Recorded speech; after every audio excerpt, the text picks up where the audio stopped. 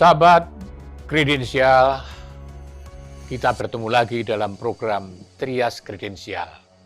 Salam kredensial. Dalam sebuah telegram yang disampaikan pada pemerintah Turki, Muhammad Hatta menyebut bahwa Turki telah menjadi Mekah bagi perjuangan nasionalisme modern. Di kesempatan yang lain, saat memberikan pidato di hadapan parlemen Turki pada tahun 1959, Bung Karno menyatakan bahwa meskipun kedua negara terpisah samudra, Indonesia dan Turki telah menjadi sahabat karena nilai dan idealisme yang sama. Memang hubungan diplomatik Indonesia dan Turki sudah dimulai sejak tahun 1950. Meskipun sejarah menceritakan hubungan Turki dan wilayah yang sekarang bernama Indonesia sudah bermula sejak abad 15. Ada banyak catatan antara keduanya, catatan yang baik. Misalnya, Indonesia memberikan dukungan pada Turki dalam perdebatan soal Siprus pada saat sidang Majelis Umum PBB pada tahun 1976. Turki juga memberikan dukungan kepada Indonesia pada saat perdebatan soal Timur Timur. Kedua negara saling mengunjungi, kedua pemimpin negara saling mengunjungi dan menunjukkan dekatnya hubungan. Kedua negara memiliki visi yang sama dalam menerapkan kebijakan luar negeri. Indonesia sesuai pembukaan Undang-Undang Dasar 1945 berprinsip ikut melaksanakan ketertiban dunia yang berdasarkan perdamaian abadi. Sementara Turki juga menerapkan prinsip peace at home, peace in the world, sesuai ajaran Kemal Atatürk. Kedua negara sama-sama anggota OKI, WTO, dan G20. Ini membuat hubungan kedua negara semakin erat. Untuk membahas hubungan antara Indonesia dan Turki, Trias Kredensial menghadirkan Duta Besar Indonesia untuk Turki, yakni Bapak Lalu Muhammad Iqbal. Dubes Lalu Muhammad Iqbal pernah mengenyam pendidikan di Pondok Pesantren Modern Islam As-Salam di Pabelan, Surakarta. Lalu menempuh pendidikan di Universitas Muhammadiyah Yogyakarta dan jurusan Hubungan Internasional. Kemudian juga mengambil studi sejarah di Universitas Gadjah Mada. Pada tahun 2002, Pak Iqbal mendapat gelar master di bidang hubungan internasional dari Universitas Indonesia dan gelar doktor politik dari Universitas Bukares, Romania. Mari kita sama-sama temuin Bapak Duta Besar Muhammad Iqbal yang sudah hadir di program Trias Kredensial. Pak Iqbal, apa kabar? Alhamdulillah baik-baik. Selamat pagi waktu Turki dan selamat siang ya waktu Jakarta nih, Mas Kun. Ini Jakarta 12:30, di situ 4 jam ya? 3 jam? Beda 4 jam, di sini setengah 9. Setengah 9 ya. Ini lagi musim dingin di Ankara ini? Sudah mulai dingin. Ankara ini kan landlocked ya di tengah-tengah, jadi termasuk salah satu daerah yang paling dingin lah di Berapa ini? Sudah berapa ini? Paling dingin sudah berapa? Pagi minggu ini paling dingin sudah sampai -1. Sudah -1? Udah -1 kalau malam, di siang hari masih bisa 7, 8. Karena ini masih autumn, jadi lagi indah-indahnya nih Turki nih. Kalau buat yang suka ngambil foto Instagram pakai daun-daun warna kuning, ini saat-saat yang tepat nih. Saat ini. Udah mulai bulan November nih, bagus ya? Bagus. Ya. Nanti perkiraan minggu depan sudah mulai salju. Oh gitu, ya. Nah, di sini nggak ada salju. Pak Iqbal, ini beberapa waktu yang lalu kan sempat rame-rame Robico itu soal nama-nama jalan, ya kan, di Ankara kan Jalan Holland ya, Hollandia jadi Jalan Belanda, Belanda jadi aman. Holanda Cadesi Ya, diganti menjadi Jalan Soekarno. Alhamdulillah Soekarno. Udah itu udah selesai ya Pak ya? Sudah resmi. Nah, Sudah ditempel tuh jalannya. Sudah. Oh, jadi sekarang alamatnya sudah Jalan Soekarno itu. Ya. Jalan Soekarno. Kalau yang Jakarta kenapa? Itu kan waktu itu kabarnya mau Jalan Mustafa Kemal Atatürk, tapi kemudian ya Hiruk pikuk biasa, kita kan selalu begitu. Gimana itu? Ya, secara diplomatik, secara dari segi diplomasi itu kan hal yang biasa, bertukar nama negara ya, bertukar nama apa namanya tokoh. Jadi kita mengajukan nama Soekarno, mereka akan minta salah satu tokohnya. Secara resmi sih mereka belum minta, tetapi bukan tidak mungkin nantinya mereka akan minta nama pendiri bangsanya. Dan bagi orang Turki kan, Mas Kun tahu sendiri, tidak ada yang meragukan, itu udah no doubt, udah nggak ada satu orang pun yang meragukan bahwa ketika menyebut Bapak Bangsa ya pasti akan masuk ke Mustafa Kemal gitu, karena namanya pun gelar yang diberikan kan Atatürk, Bapak Bangsa Turki gitu, Bapak Turki gitu. Jadi secara apa namanya logikanya mungkin saja nanti mereka akan minta nama itu gitu. Tapi memang di Indonesia itu pemahaman kita tentang sejarah Turki itu masih lebih banyak diisi oleh pandangan bukan dari perspektif Turki gitu, tapi dari perspektif orang lain yang mungkin dalam sejarah itu memang punya benturan dengan Turki sehingga cenderung memberikan masukan-masukan yang tidak tepat gitu. Begitu. Tapi secara resmi pihak Turki belum mengajukan nama di jalan di Jakarta ya Pak Iqbal? Belum, saya beberapa waktu lalu ketemu dengan Wakil Menlu Turki juga diskusi mengenai masalah ini dan mereka bilang bahwa kami akan mengkaji, dan yang bisa saya sampaikan secara diplomatik ya sampaikan bahwa apapun keputusanmu kami akan menghargai keputusan itu gitu loh. Jadi kami memberikan masukan, ini kondisinya, tetapi apapun yang kalian putuskan itu adalah kewajiban kami untuk menghormatinya, seperti halnya kalian menghormati keputusan kami untuk mengusulkan nama Soekarno sebagai nama jalan di depan kedutaan. Jadi kita membeli gedung baru pada tahun 2019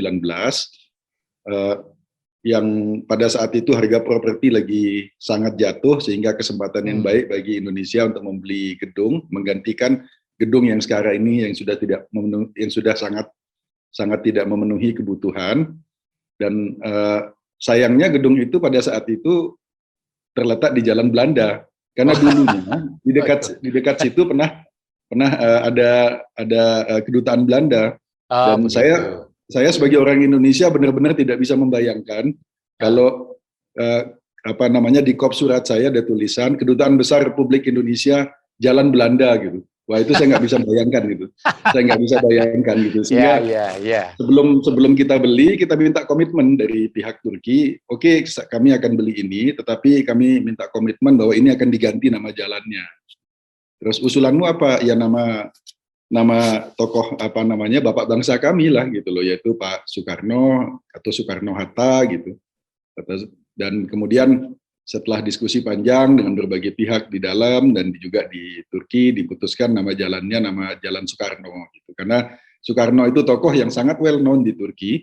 Dan beliau sendiri di buku di bawah bendera revolusi jilid 2 itu 3 atau 4 artikel menulis tentang Turki. Jadi beliau mengakui bahwa perjuangan beliau untuk memerdekakan Indonesia itu salah satunya diinspirasi oleh perjuangan Mustafa Kemal dalam memerdekakan Turki tahun 1920-1922 itulah.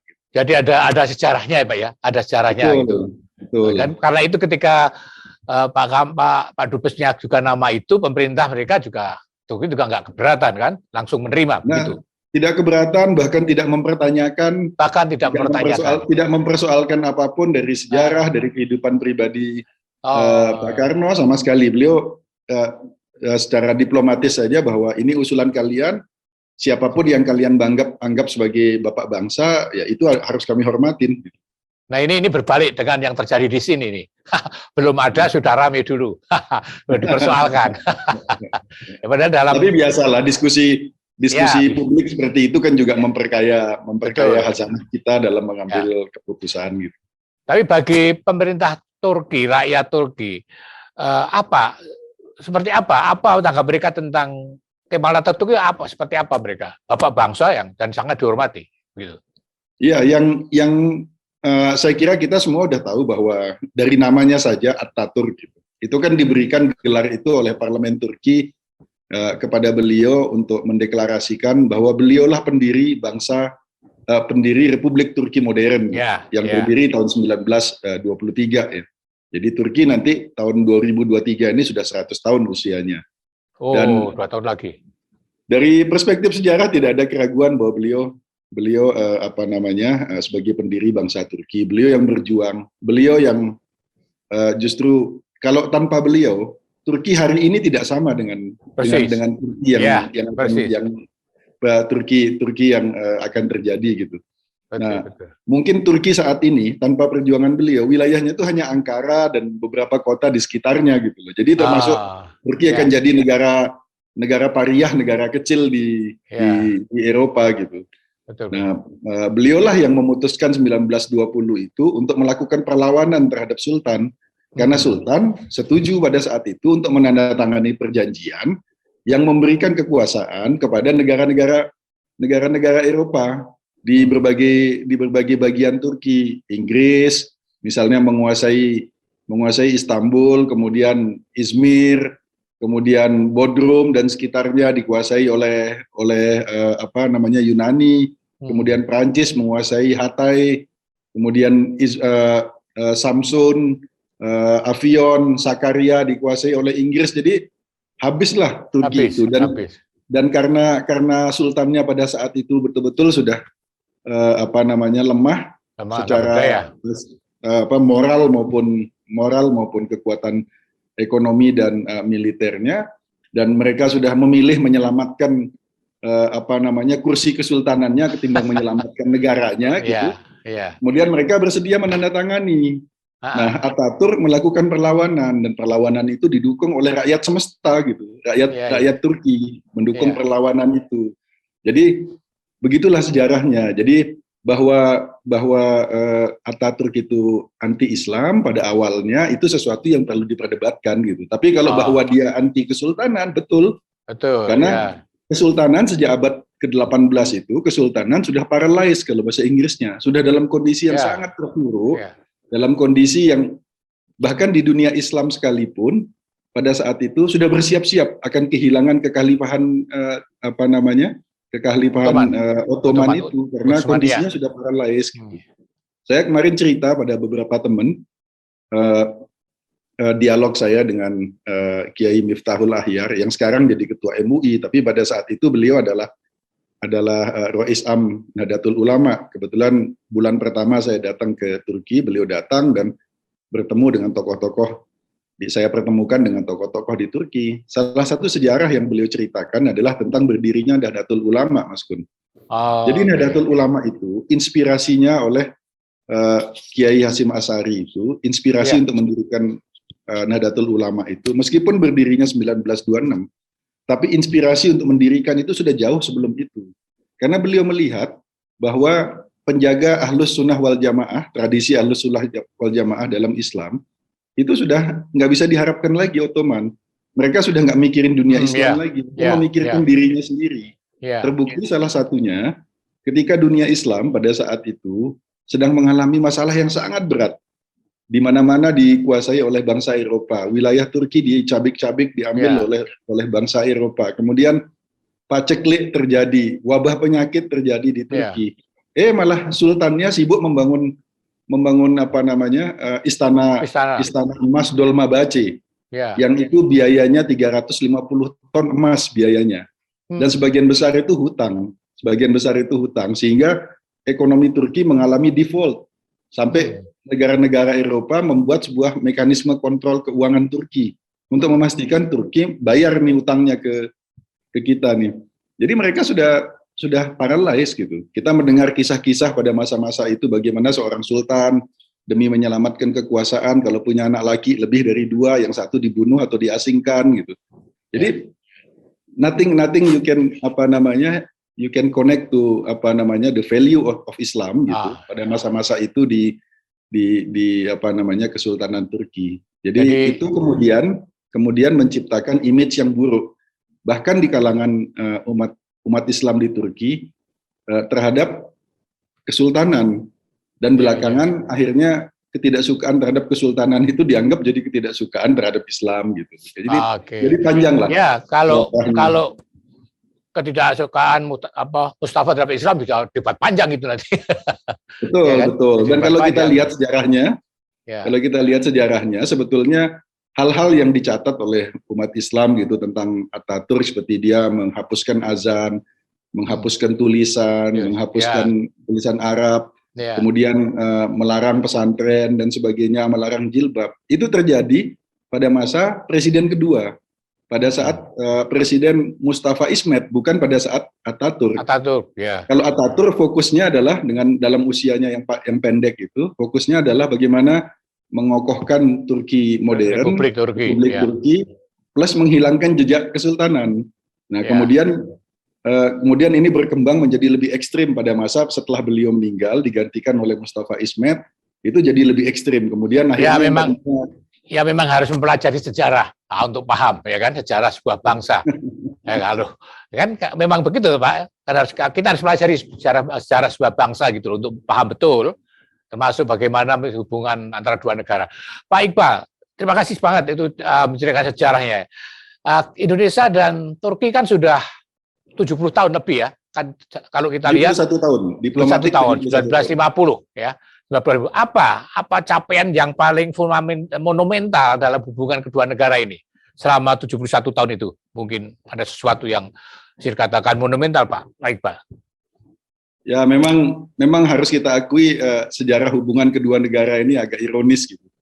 Agak ironis. Kita memulai hubungan kita itu sebetulnya dari abad teori pertama yang muncul abad ke-16 ketika hubungan antara Ottoman dan Aceh. Tapi belakangan saya menemukan bahwa hubungan itu bahkan jauh sebelumnya, yaitu hubungan itu sudah dimulai abad ke-15 ketika berdirinya kerajaan Islam pertama di Jawa. Kalau Mas Kun ingat, itu pendiri kerajaan Islam pertama adalah Demak, Raden Patah. Raden Patah itu sebelum menjadi sultan, beliau naik haji.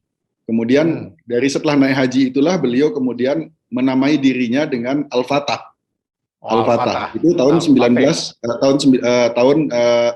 1478 beliau menamakan dirinya Al-Fatah. Kemudian karena lidahnya orang Jawa disebut sebagai Raden Patah.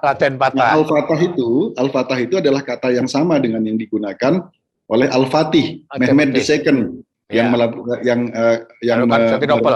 namanya Konstantinopel gitu. Jadi hubungan itu sudah dimulai jauh sebelum itu. Pada masa Republik Turki memang hubungan kita mengalami penurunan dibandingkan pada masa Ottoman, karena Turki lebih sibuk mengidentifikasikan dirinya dengan negara Barat. Dulu kita mengundang Turki untuk bergabung di dalam gerakan non-blok, mereka menolak. Bahkan tahun 1949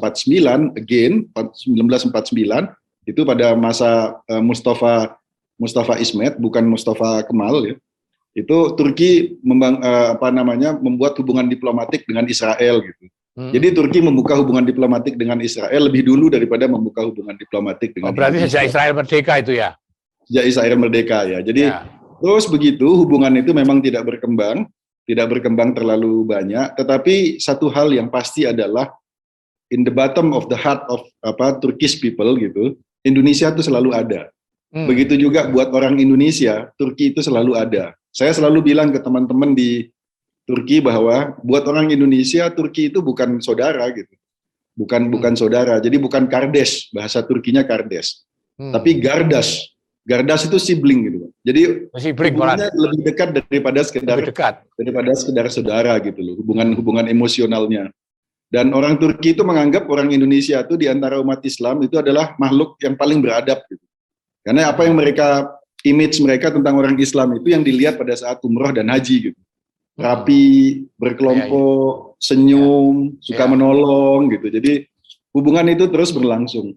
Karena itu tahun lalu saya agak kaget gitu ketika Menteri Luar Negeri Turki melakukan kunjungan bulan Desember ke Bu Retno di Jakarta, dan berdasarkan hasil verifikasi sejarah kita cek sampai 71 tahun ke belakang, itu adalah kunjungan Menteri Luar Negeri Turki yang pertama ke Indonesia. Oh, begitu?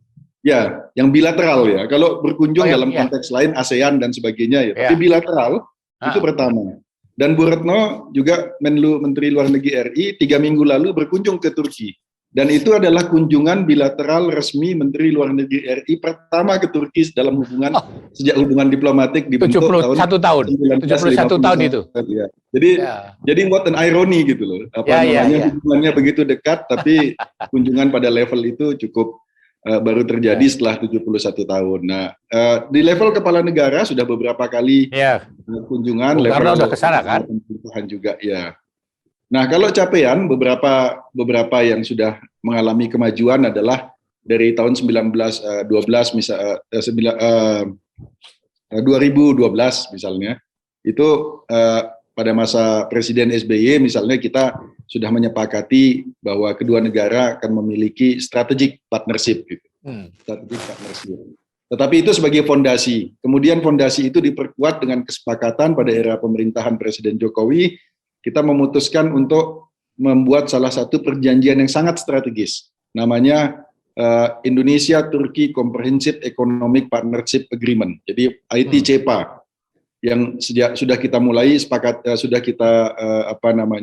sepakati untuk dimulai negosiasi 1917, dan alhamdulillah sekarang sudah beberapa kali negosiasi, dan kita harapkan kemarin salah satu kesepakatan dalam kunjungan Menlu, pertemuan Menlu dengan Menlu Turki adalah sedapat mungkin CEPA ini bisa kita selesaikan sebelum kunjungan Presiden Erdogan tahun depan. Paling nggak ada progres yang signifikan khususnya di aspek trade inputs. Nah, kemudian di industri pertahanan juga kita mengalami kemajuan yang cukup pesat dalam 1 tahun terakhir misalnya Menteri Pertahanan sudah 7 kali berkunjung ke Turki gitu. Karena memang potensi hubungan di bidang industri pertahanan cukup besar. Dan kita juga dalam hubungan perdagangan kerjasama pertahanan sangat menonjol, Pak ya. Industri pertahanan ya sangat menonjol dan kita juga sudah selesai menegosiasikan saat ini jadi ada 2 di bidang pertahanan itu ada 2 kerjasama. Yang satu kerjasama industri pertahanan. Yang satunya lagi kerjasama pertahanan. Kemungkinan besar akan kita tanda tangani pada saat kunjungan Presiden Erdogan ke Turki ke Jakarta nantinya gitu. Jadi kemudian industri science and technology tahun lalu despite pandemi gitu, walaupun kita dalam kondisi pandemi, kita mengadakan kunjungan virtual. Menteri Ristek pada saat itu, Menristek pada saat itu kunjungan virtual ke Turki. Dan kita sepakat mulai negosiasi perjanjian di bidang science and technology, diantaranya termasuk aerospace, kemudian ruang angkasa, kemudian kesehatan, kemudian pertahanan dan sebagainya, yang insya Allah juga pada saat kunjungan Presiden Erdogan nanti akan ditandatangani oleh Menteri Teknologi dan Industri Turki dengan Kepala BRIN insya Allah nanti. Jadi rencananya kapan? Ini banyak progres. Kunjungan Presiden Erdogan itu rencananya kapan? Kalau indikasi yang diberikan kemarin sebetulnya rencana awalnya kan 2020, tapi karena pandemi ditunda beberapa kali. Indikasi kemarin dalam pertemuan antara Presiden Jokowi dengan Presiden Erdogan di Roma, G20 ya? dasar G20, indikasinya Februari. Februari tahun depan? Tahun depan. Oke, ya. Pak, kalau dalam industri pertahanan apa antara lain, Pak, kerjasamanya? Banyak sekali peluangnya, karena Turki ini kemudian menjadi alternatif dan non-traditional source of suplai senjata buat kita. Karena Turki ini kan anggota NATO, sejak tahun 1952 anggota NATO, sehingga semua produknya itu standar NATO. Standar NATO. Kedua, Turki ini saat ini 70% dari suplai kebutuhan alutsistanya kan sudah mandiri. Jadi sudah mensuplai dari produksi sendiri, dan sebagai negara sahabat Turki ini willing to transfer their teknologi gitu. Mereka mau untuk mentransfer teknologinya, mau untuk develop bersama gitu. persenjataan sesuai dengan kebutuhan Indonesia dan mau duduk on equal basis gitu sebagai setara dengan Indonesia di dalam kerjasama tersebut. Karena itu Menhan sudah 7 kali di sini ke sini membicarakan mengenai berbagai aspek industri pertahanan yang akan kita kembangkan bersama dengan Turki. Dan itu prosesnya sepenuhnya G2G. Kalau nggak salah juga ada kerjasama dalam bidang penanggulangan terorisme, Pak ya? Betul. Itu salah satu kemajuan yang kita capai juga dalam tahun-tahun terakhir ini adalah kerjasama kepolisian. Jadi kerjasama antar kepolisian kita dan kepolisian Turki mengalami peningkatan hubungan yang sangat tajam dalam beberapa tahun terakhir ini. Tahun ini kita sudah mengirimkan beberapa kali pelatihan bagi anggota Polri untuk melakukan pelatihan di Turki. Salah satunya adalah pelatihan mengenai peacekeeping operation untuk polisi, jadi UN Police. Kemudian satu lagi adalah pelatihan di bidang counter terrorism, yaitu dari Brimob kerjasama dengan jandarmeri di Turki. Pak Iqbal, banyak kan dulu ketika masih terjadi pergolakan lagi seru-serunya di Suriah, kan banyak orang bagi negara kan masuk ke Suriah lewat Turki, termasuk Indonesia. Jadi orang yang berusaha masuk mungkin secara diam-diam masuk ke Suriah lewat Turki. Nah, apakah sekarang itu masih ada hal kayak gitu, Pak? Kemungkinan dengan sudah runtuhnya Mosul dan Raqqa gitu ya, sudah jatuhnya Mosul dan Raqqa, kemungkinan arus itu sudah tidak ada lagi ke Suriah. Tetapi betul dulu sampai dengan 2017 memang arus itu sebagian besar masuk melalui Turki. Karena border antara Suriah dengan Turki ini hampir 800 km panjangnya bordernya gitu.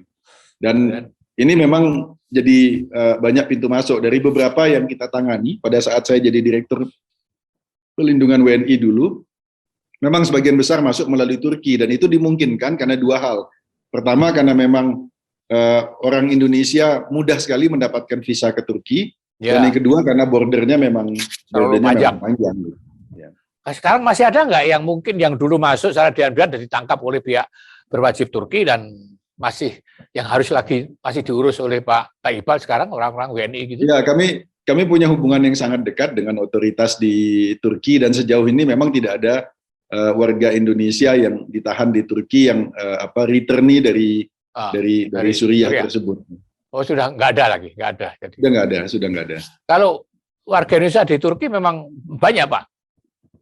Perkiraan kami di data secara faktual yang ada di dalam data kami itu mungkin ada sekitar 4.000, hampir 5.000-an lah.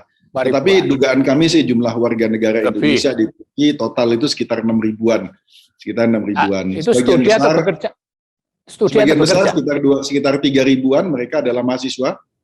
Mahasiswa di berbagai universitas yang ada di Turki dan trennya terus meningkat dari waktu ke waktu. Tahun 2016 misalnya data kita tuh menyebut mahasiswa Indonesia di Turki itu hanya sekitar 600-an gitu. Sekarang ini sudah hampir 3.000-an jumlah mahasiswa kita di Turki gitu. Kemudian ada belajar apa Pak paling banyak? Kenapa? Belajar apa paling banyak? Belajar apa? Studi apa di sana? Macam-macam. Mulai dari studi agama itu mungkin sedikit, kemudian yang banyak juga studi hubungan internasional, teknik banyak sekali, teknik kimia, penerbangan dan sebagainya. Jadi beragam lah studinya dan hanya sekitar 400-an itu yang mereka adalah penerima beasiswa. Kemudian ada juga yang bekerja sebagai spatrapis. Jumlah pekerja spatrapis kita tuh hampir 2.000-an orang. Jumlah lebih dari 2.000-an orang gitu. Jumlah spatrapis, ada yang bekerja di hotel sebagai chef, sebagai juru masak. Kemudian ada yang bekerja di hotel sebagai manajemen dan sebagainya. Kemudian sisanya kelompok yang kecil itu sekitar 300-an orang itu adalah orang-orang Indonesia, wanita Indonesia, perempuan Indonesia yang menikah dengan pria Turki. Yang kita di sini kenal dengan gelin. Gitu. Apa, Pak? Gelin. Gelin. Artinya apa itu? Gelin itu bahasa Turki untuk menyebut menantu perempuan gitu. Menantu perempuan gitu. Jadi perempuannya yang dari Indonesia. Oh gitu. Sejauh ini tidak ada persoalan, misalnya kan banyak WNI di Timur Tengah yang jadi persoalan, kalau di Turki nggak ada, Pak? Ya, selalu saja ada persoalan, tapi we always find a way to handle. Dan banyak bocoran yang masuk ke Turki ini karena banyak sekali orang-orang dari wilayah-wilayah konflik di Timur Tengah yang pindah ke Turki. Karena ada kebijakan baru Turki bahwa mereka yang investasi 250.000 US dollar lebih, itu mereka entitled untuk mengajukan kewarganegaraan Turki. Oh, 250.000. 250.000 US dollar, sehingga banyak orang-orang kaya dari Suriah, dari Irak, itu migrasi ke Turki, beli apartemen di sini. Dan dapat mereka ini warga negara. Betul, untuk dapatkan kewarganegaraan, dan mereka ini membawa juga budayanya, budaya kafalah, kalau Mas Kun ingat budaya kafalah yang ada di negara mereka, membawa juga housemate orang Indonesia gitu. Sehingga melakukan praktek yang sama dengan yang mereka lakukan di negaranya. Ini sumber masalahnya. Hampir 100% dari kasus-kasus WNI kita yang menjadi pembantu rumah tangga, yang menjadi asisten rumah tangga, itu terkait dengan usernya adalah orang-orang dari negara-negara non-Turki. Ya, non-Turki. Jadi bawaan dari pintar Turki untuk supaya menanamkan berusaha di Turki dengan imbalan dapat kewarganegaraan gitu ya. Betul. Bahkan dalam 3 tahun terakhir itu terjadi kenaikan harga apartemen di Turki itu hampir 2 kali lipat sekarang. Dalam 3 tahun terakhir gitu. Jadi sekarang kalau ada apartemen baru dibangun itu belum jadi, itu udah habis, itu udah dipesan gitu. Di sini banyak yang mangkrak, Pak. Kenapa? Di sini banyak yang mangkrak itu Pak Iqbal, kalau apa yang bisa dipelajari, yang bisa dicontoh dari Turki bagi kita, apa dari sana? Memang karakter Indonesia dan Turki ini kan agak berbeda karena faktor geografis, faktor sejarah. Turki ini kan negara yang dikelilingi oleh hotspot gitu. Betul. Kemudian dalam sejarahnya itu mereka selalu dicaplok oleh berbagai kekuatan, mulai dari zaman Mongol dulu ketika Seljuk itu, kemudian oleh Barat dan sebagainya. Kemudian Turki ini juga di dalam sejarahnya juga sudah paling tidak mungkin 9 kali kudeta terjadi, persis seperti yang Mas Kun tulis di dalam buku Turki Revolusi Tanpa Henti. Begini ya Pak. Begini ya. Ya, persis. Saya punya itu tanda tangannya Mas Kun di situ. Oh, terima kasih. Terima kasih. Itu mengenai buku itu, dan jadi Turki itu sangat-sangat tingkat kewaspadaannya sangat tinggi. Gitu. Tinggi. Ya, jadi pada saat kemarin kita menghadapi COVID, akhirnya kita menikmati berkah dari kewaspadaan itu. Salah satunya misalnya food security misalnya. Mereka itu undang-undangnya menetapkan bahwa beberapa essential commodities itu harus ada cadangan 12 bulan gitu. Sehingga pada saat kita COVID kemarin nggak ada masalah, nggak pernah ada ras. Bahkan mereka mengalami kenaikan ekspor produk-produk pertanian ke Eropa itu sampai 2 kali lipat gitu. Produk pertaniannya pada masa COVID kemarin, karena semua petani berhenti di Eropa sehingga hanya mereka yang punya cadangan, mereka kirim ke Eropa diekspor gitu. Jadi dalam hal food security kita harus belajar banyak dari Turki. Kalau kita masuk ke kota-kota di Turki, pertama kali yang kita lihat itu adalah silo. Jadi di semua kota-kota itu ada silo-silo besar gitu, tempat mereka menyimpan bahan makanan. Jadi food security-nya sangat tinggi. Kedua, dari segi industrialisasi. Turki ini mengalami industrialisasinya itu yang dibangun dalam 20 terakhir oleh Presiden Erdogan itu, dia bukan membangun pabrik, tapi yang dia bangun adalah ekosistemnya. Sehingga ketika orang mau membuat satu industri, dia otomatis sudah punya ekosistemnya, suppliernya sudah ada di dalam. Saya ingat dulu Pak Habibie sempat komplain ketika akan membuat N250 misalnya, beliau komplain, ini saya mau bikin pesawat, desain sudah jadi, prototipe sudah jadi, tapi susah sekali mendapatkan supply dari dalam negeri gitu. Even kursi aja, saya harus impor dari luar gitu. Karena apa? Karena yang dibangun pabriknya bukan ekosistemnya gitu. Nah di Turki, yang mereka bangun adalah ekosistemnya, sehingga dia mau buat apapun sudah ada suppliernya di di dalam. Mungkin itu. Kemudian yang ketiga mengenai kemandirian alutsista gitu. Kita dan Turki sama-sama memiliki pengalaman empiris yang sama. Sama-sama pernah di embargo, sama-sama pernah harus kanibal gitu. Sama-sama pernah diblok oleh supplier senjata di barat terutama gitu. Yang berbeda adalah responnya.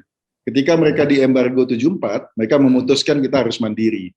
Sejak itu terus secara persisten mereka melakukan pengembangan dan saat ini 70% suplainya udah mandiri. Sementara kita mengalami itu tahun 98 sampai dengan tahun 2000-an mengalami di embargo.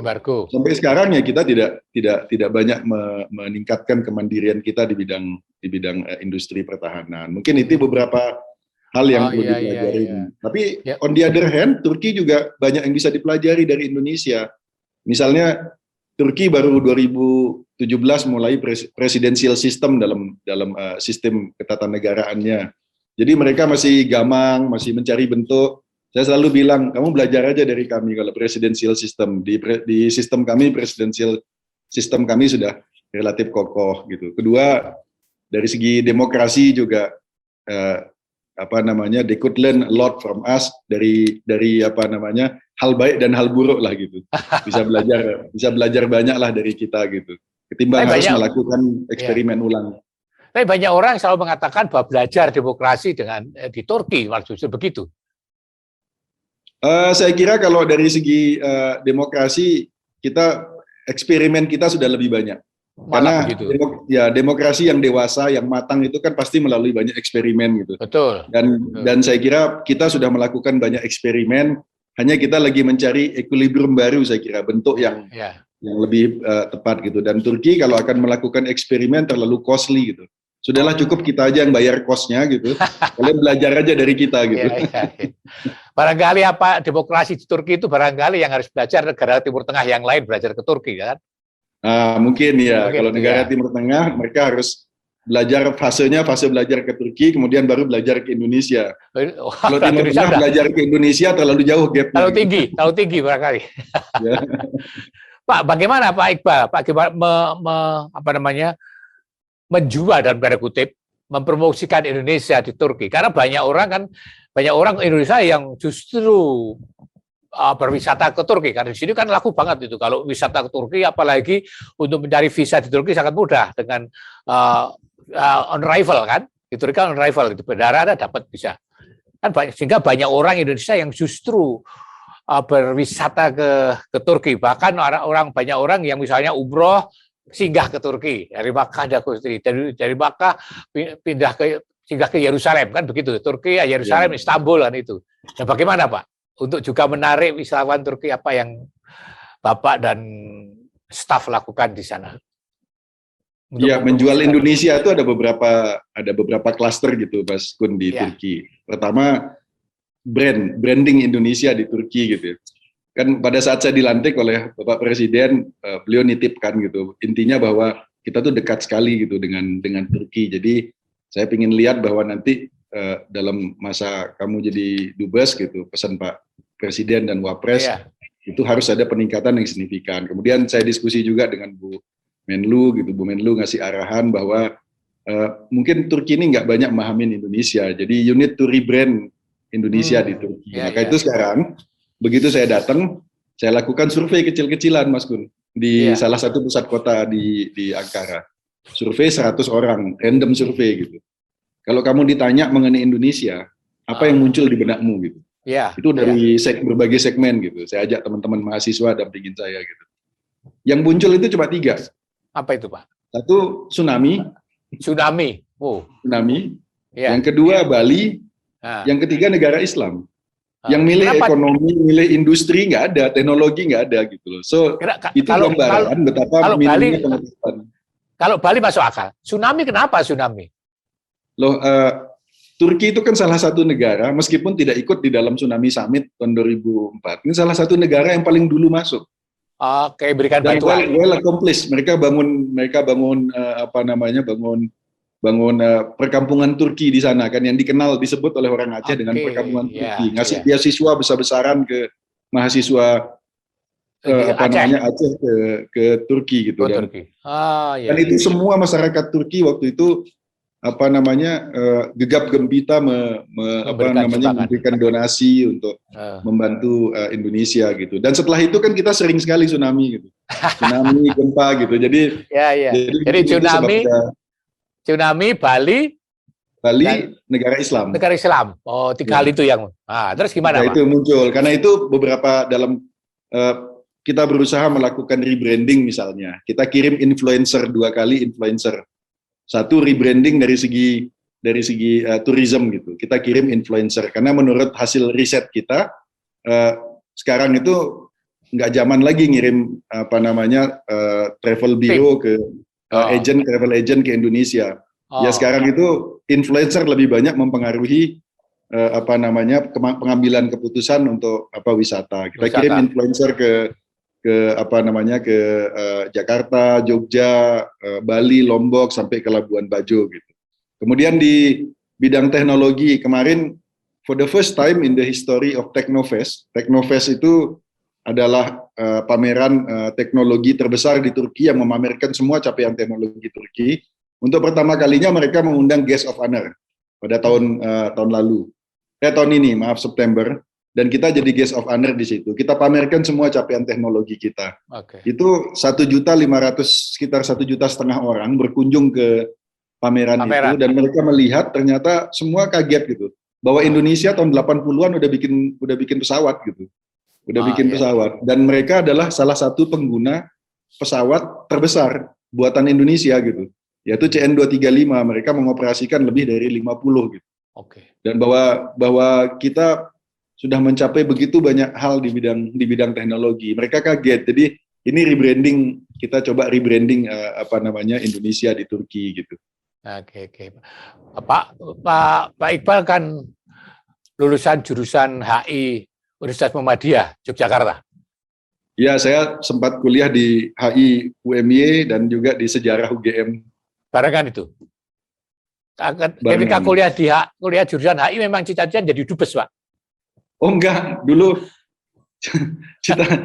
bahkan nggak terpikir masuk ke Kementerian Luar Negeri. Gimana ceritanya? Kalau pada saat saya sekolah dulu, cita-cita saya jadi sopir bis, Mas Kun. Kenapa sopir bis? Karena ibu saya orang Jawa kan, jadi dulu sering kita naik bis ke Pasuruan dari Lombok gitu. Dari Lombok Pasuruan. Saya selalu duduk di belakang sopir. Sopir. Dan saya tuh terkagum, ada orang sebegitu hebatnya. Dalam perjalanan dia bertanggung jawab terhadap 40 nyawa di belakangnya gitu. Nggak tidur semalaman demi menjaga amanah yang dia terima untuk menjaga 40 nyawa. Itu tuh luar biasa buat saya gitu. Dia zaman itu kan setirnya besar sekali tuh. Jadi belum power steering, masih steering by power banget, kan? Ya, masih steering by power ya waktu itu, belum power steering gitu. Jadi kelihatan gagah gitu. Nah, belakangan pada saat saya kuliah, cita-cita saya adalah jadi wartawan perang. Jadi wartawan perang? Waduh. Ya, jadi wartawan perang. Cita-cita saya dulu gitu. Ya. Dan targeted dulu, saya ingin masuknya NHK gitu. Udah mulai nulis waktu itu, Pak Iqbal? Sudah. Saya dari menulis adalah salah satu hobi saya, dan pada saat saya kuliah juga menulis beberapa buku bersama teman-teman juga. Pada saat kerja juga ya di sela-sela kalau sempat juga mencoba menulis, beberapa kali menulis di Kompas juga, Mas Kun. Oh iya. Kalau kapan itu kemudian dari sopir bus, kemudian wartawan, akhirnya masuk ke Deplu? Itu sebetulnya masuk ke Deplu itu lebih ke permintaan orang tua, bukan keinginan saya. Cita-cita. Jadi ayah saya itu beliau adalah pengagum Adam Malik. Beliau menyadari bahwa ternyata ada cara lain untuk memperjuangkan bangsa gitu. Untuk memperjuangkan Indonesia itu ada cara lain, namanya diplomasi gitu. Dan beliau bilang ke saya bahwa Ananda ketika minta saya untuk ikut daftar di Kemlu, beliau bilang ke saya, Ananda, sejak keluarga kita yang jadi polisi, jadi tentara, jadi dokter sudah banyak. Tetapi yang menjadi diplomat sejak zaman Majapahit itu belum ada gitu. Jadi beliau menyebut zaman Majapahit gitu. Terus beliau minta saya untuk daftar, beliau ngirimkan saya potongan koran Kompas, pengumuman pengumuman apa namanya mengenai pembukaan rekrutmen itu.